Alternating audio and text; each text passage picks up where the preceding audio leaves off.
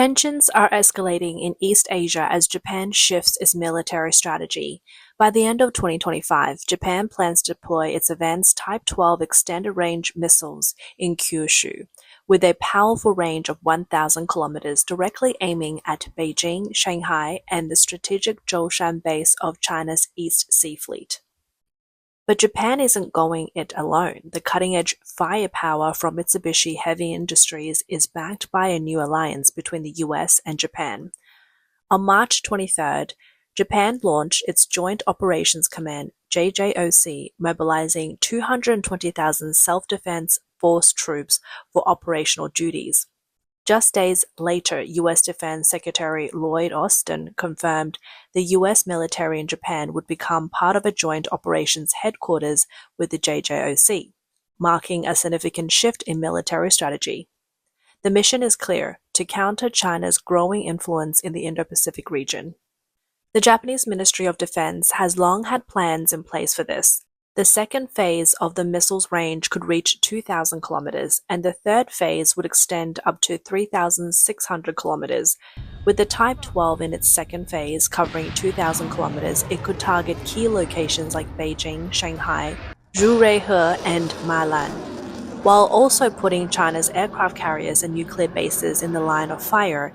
This combination of advanced weaponry and strategic planning marks a clear shift as Japan and the US takes direct action. The CCP's countdown to a potential crisis has already begun. The Type 12 extended-range anti-ship missile developed by Mitsubishi Heavy Industries features cutting-edge technology that has caught the CCP's attention.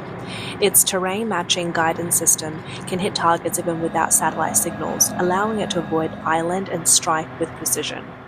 Once launched, the missile can receive updated commands via a data link, changing targets dynamically in real time. While the exact warhead weight is not disclosed, estimates suggest exceeds 225 kilograms, possibly approaching 300 kilograms, enough to tear through the steel of a Type 052D destroyer. Even aircraft carriers would be severely impacted. In the face of such power, the CCP's fleet would be little more than a target.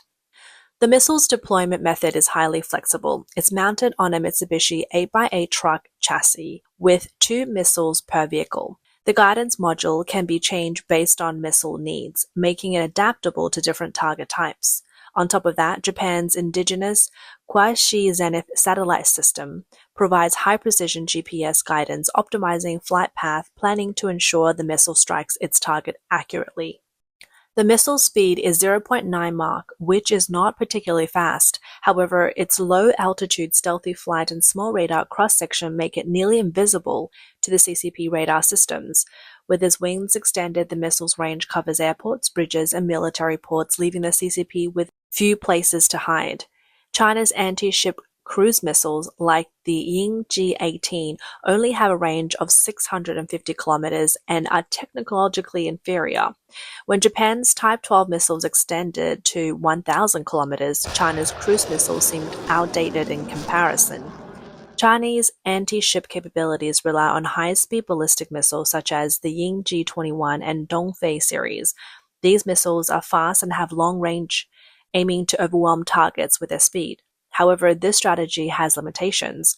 During the space phase, US SM-3 interceptors can easily intercept these missiles. In the atmosphere, systems like THAAD and Patriot are designed to intercept them as well. With high terminal speed, these missiles lose accuracy, making them ineffective if they miss their target. China has not developed advanced cruise missiles like the Type 12, partly due to technological limitations. The Type 12's terrain-matching guidance system, advanced radar seekers, and small turbojet engines are areas where China faces challenges compared to Western technology. Ballistic missiles, in contrast, have lower demands for precision and engine miniaturization, making them China's current focus. This technological gap highlights the difficulties China faces in developing more accurate missile systems. Despite advances in testing, the effectiveness of a missile depends on its ability to hit the target. By the end of this year, the Type 12 long-range missiles will be stationed at a missile unit in Kumamoto Prefecture, just 800 kilometers from the Zhoushan base. Once deployed, China's Type 052D and Type 054A destroyers will have nowhere to hide. Older missile systems in the Ryukyu Islands are also currently undergoing upgrades. With a 1,000-kilometer range, half of the Yangtze River Delta, Mount Zhoushan, Mount Lushan, and half of Lozhong Island will be within reach of Japan's firepower. The yellow dashed line on the map shows a range of the upgraded Type 12 missiles, excluding a 100-kilometer margin. This is Okinawa. This is Ishigaki. This is Miyako. And this is Amami Islands. The number of deployed missiles could exceed 1,000. Japan's deployment of 1,000 cruise missiles represents a significant military capability. For context, during the 1991 Gulf War, the US launched 288 Tomahawk missiles. In the 1998 Desert Fox operation, 325 were used, and in the 2003 Iraq War, only 800 were launched. Japan's 1,000 cruise missiles would be capable of supporting a large-scale regional conflict, potentially exposing China's coastal bases. Now let's look at Japan's plan with the Type 12 missile's second phase improvements targeting China. With a range of 2,000 kilometers, a Type 12 will be on par with the US long-range Tomahawk anti-ship missiles covering China's inland provinces like Hunan and Hubei. The third phase will extend to 3,600 kilometers, allowing it to strike strategic sites deep inside Chinese territory, such as the Zhurehe training base and the Malan nuclear facility. The Type 12 missiles is not limited to land-based launches. Versions for sea and air launches are currently in the development. In 2022, Yomiuri Shimbun revealed that Japan's Ministry of Defense planned to equip 2 under-construction Aegis destroyers with 1,000-kilometer land attack cruise missiles. These missiles would have the range to target the Korean Peninsula and all of East Asia's coastal areas. The missiles would be carried by F-15J and F-16 fighter jets, with F-2's enhanced pylons able to carry up to 4 missiles. The only limitation is that the missiles are too large for the F-35A's internal bays. These new missiles are aimed at the Sea of Japan, designed to target North Korea's missile threats while also monitoring China's Northern Theater command bases. Japan is also seeking to acquire long-range anti-ship missiles such as the LRASM, which exceeds 500 kilometers in range. LRASM, developed from the extended range of JASSM, air-to-ground missiles, is expected to have a range of over 560 kilometers and is designed for saturation attacks against enemy surface ships. In addition to the Type 12, Japan is developing hypersonic anti-ship missiles with ranges between 2,000 to 3,600 kilometers, potentially adding nuclear strike capabilities. This raises questions about China's ability to respond effectively. In early February 2025, Japan's Ministry of Defense officially revealed progress on developing a high-speed glide missile designed for island defense. This missile, with an armor-piercing warhead, could easily penetrate an aircraft's carrier flight deck, and its high-explosive warhead will provide area suppression for ground targets. A prototype of this hypersonic missile was demonstrated at the 2019 Japan Defense Exhibition, showing its ability to strike and sink an aircraft carrier. Joint US-Japan military exercises in January 2025 confirmed its effectiveness, with the missile hitting a moving target ship with a 37% probability of breaching Aegis defenses. The missile's hypersonic variant is expected to be delivered for use by Japan Ground Self-Defense Force in 2026. The initial version of Block 1 has a range of 900 km speed over 5 Mach and features a dual-cone glide warhead similar to the US Dark Eagle, offering maneuverability and dual anti-ship and anti-ground strike capabilities. The Block 2 series is even more ambitious. Block 2A increases the range to 2,000 kilometers with speeds up to 2 Mach, while Block 2B boosts the range to 2,000 to 3,000 kilometers and speeds of 70 Mach. It is expected to have a submarine launch capability, allowing it to target China's eastern coastal areas, the Korean Peninsula, and Russia's Far East. Importantly, this missile could serve as a nuclear strike platform, enhancing Japan's strategic deterrence.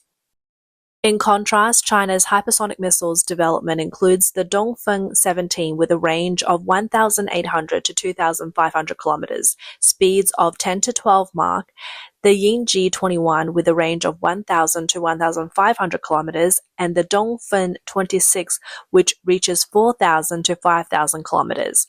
The Dongfeng 27 with a range of 5,000 to 8,000 kilometers could target Hawaii. However, Japan's Block II series, particularly its submarine launch capability and ultra-long range, is advancing rapidly and may soon surpass China's existing systems. The Block IIB's 2,000 to 3,000 kilometers range could cover critical Chinese bases such as the Zhuhai training base.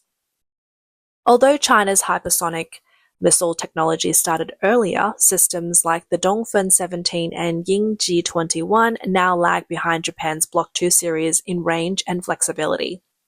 The naval version of the Yingji 21 with a reduced range of 1,000 to 1,500 kilometers has shown limitations in size and platform adaptation.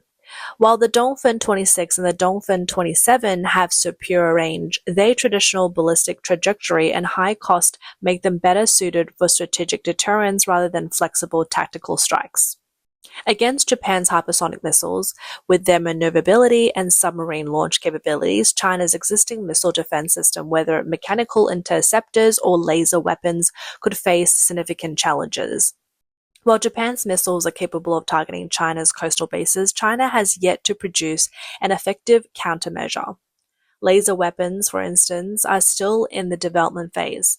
If Japan's missile system continued to advance, China's carrier dream could face serious obstacles. Japan is also further enhancing its capabilities. They have developed a satellite network composed of 7 satellites providing continuous navigation data for hypersonic missiles, eliminating reliance on foreign satellites. By 2026, 2 specialized units will deploy Block 1 missiles in Kyushu and Block 2 in Hokkaido, targeting China's core military facilities, including key sites for China's intercontinental ballistic missile deployments. Japan's rapid progress with hypersonic missiles reflect decades of technological development. Japan's Aerospace Exploration Agency, JAXA, operates several hypersonic wind tunnels, including a 0.44-meter shock wave tunnel capable of generating high-speed airflow at Mach 10 and Mach 12. At the end of 2018, Japan's Ministry of Defense announced plans to collaborate with JAXA to develop a scramjet engine. Even NASA recognized Japan's wind tunnel expertise and signed an agreement with JAXA in 2020 to conduct independent wind tunnel research for Boeing X-59 supersonic aircraft. Japan is also working with Mitsubishi Heavy Industries, which operates a hypersonic wind tunnel capable of testing speeds up to Mach 10. The tunnel can run for over 30 seconds and is claimed to have the best precision in the world. These facilities have been a key factor in Japan's early entry into the hypersonic vehicle field. In the 1980s, Japan launched the Hope-X program, aiming to create a space shuttle capable of repeatedly traveling between space and Earth. In 1996, Japan used a launch vehicle to test a hypersonic flight vehicle, reaching Mach 10 during test flights. Although the project was cancelled due to technical and financial issues, the technology was retained. In 2022, JAXA successfully tested a small rocket that demonstrated scramjet technology, reaching a speed of Mach 5.5. Over the years, China has heavily invested in hypersonic wind tunnels, with many online reports claiming world-leading capabilities. The JF-22 Shockwave wind tunnel is said to simulate conditions up to Mach 30, measuring 167 meters in length, and a test chamber diameter of 4 meters, much larger than NASA's 31-inch Mach 10 tunnel. The JF-12, introduced earlier in 2012, can test speeds from Mach 5 to Mach 9 and is believed to have developed ZF hypersonic glide vehicle. In June 2023, Chinese state media claimed that the JF-22 passed acceptance testing and was described as the world's strongest wind tunnel, supposedly 20 to 30 years ahead of the West. In February this year, China tested a shock detonation engine in the JF-12, claiming speeds of Mach 16 or 20,000 kilometers per hour and boasting that it surpassed the US. But experts question the validity of these claims as the true performance of the JF-22, including its durability and frequency of use, remains unclear. There's skepticism online with comments like, no matter how big the wind tunnel, if it can't hit the target, it's useless. Some commentators express doubt that the West is capable of building such large wind tunnels, but this is a misconception. The issue isn't capability, but necessity. NASA's 31-inch Mark 10 wind tunnel built during the Cold War to counter the Soviet Union uses high-pressure air blown down with a vacuum pump and heater to create Mark 10 airflow in short bursts. A 10 by 10-foot wind tunnel powered by a 7-stage compressor and consuming 200 megawatts produces an airflow similar to lighting up a small city. Today, there's less need for such large wind tunnels. After the Cold War, the US focused on drones, stealth technology, and AI, with hypersonic weapons receiving lower priority. Building a large wind tunnel costs billions, and operating it is extremely expensive. Instead, the US used CFD simulations and small wind tunnels to solve problems more efficiently. In 2024, the University of Notre Dame will open a Mark 10 quiet wind tunnel, which is smaller but cost-effective and efficient, showing that the West doesn't lack the ability but prefers smarter solutions. Large wind tunnels are used to simulate real flight conditions. When scaled up to full-size models, the airflow, heat flow, and vibrations change significantly. Small wind tunnels can't provide accurate data. Only large wind tunnels testing real objects offer reliable results. China's large wind tunnels, of which there are several, are seen as attempts to compensate for a lack of efficiency in their approach. While the West uses a combination of small wind tunnels, CFD simulations, and flight tests, China has focused heavily on hardware, spending public funds to build large wind tunnels. The aim is to cover up inefficiencies, but the real-world effectiveness of these systems remain unclear, as seen with their J-36 aircraft, which, despite high claims, may not perform as expected in combat. The United States takes a different approach. They seem to be more cautious with taxpayer money and only invest in large wind tunnels when necessary. NASA's older 31-inch diameter Mark 10 wind tunnel helped the X-43A achieve a record speed of Mach 12.4, a record that remains unbroken today.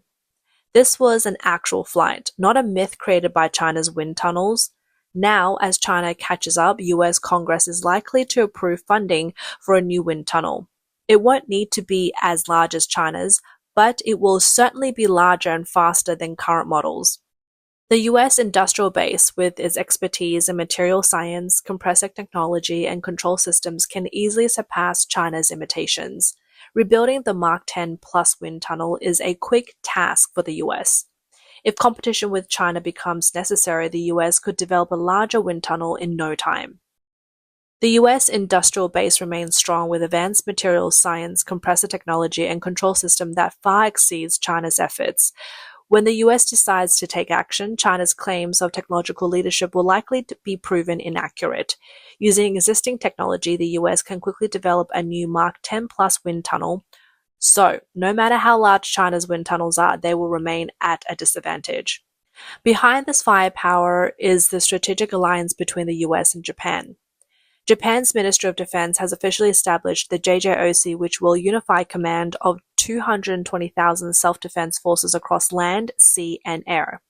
The focus has shifted from defense to combat operations. Under direct orders from Japan's defense minister, the JJOC is designed to rapidly deploy forces and strengthen coordination with the US military forces. The top commander's primary responsibility is to lead military operations in close coordination with the US military. The goal is to swiftly adapt to changing situations, and the target is clear: the CCP. On March 30th, U.S. Secretary of Defense Lloyd Austin dropped a significant announcement during a joint press conference in Tokyo. U.S. forces in Japan have officially begun upgrading to a joint operations headquarters, with the first phase already completed.